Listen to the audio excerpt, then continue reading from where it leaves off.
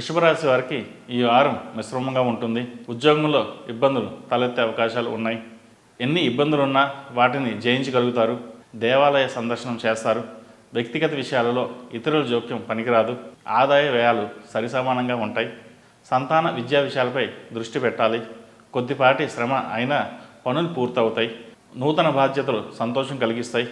బాధ్యతల వెనుక ఉన్న క్లిష్టమైన సమస్యలు ఒక్కొక్కటిగా మీ ముందుకు వస్తాయి.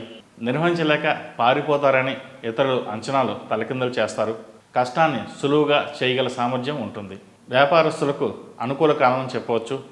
సాఫ్ట్వేర్ రంగం వారికి, మార్కెటింగ్ వారికి అనుకూలమైన ఫలితాలు గోచరిస్తోంది. రియల్ ఎస్టేట్, వ్యవసాయ రంగం వారికి ఈ వారం కలిసొచ్చే కాలం అని చెప్పవచ్చు. ఈ రాశివారు జిల్లేడు ఒత్తులతో దీపారాధన చేయడం చెప్పదగిన సూచన.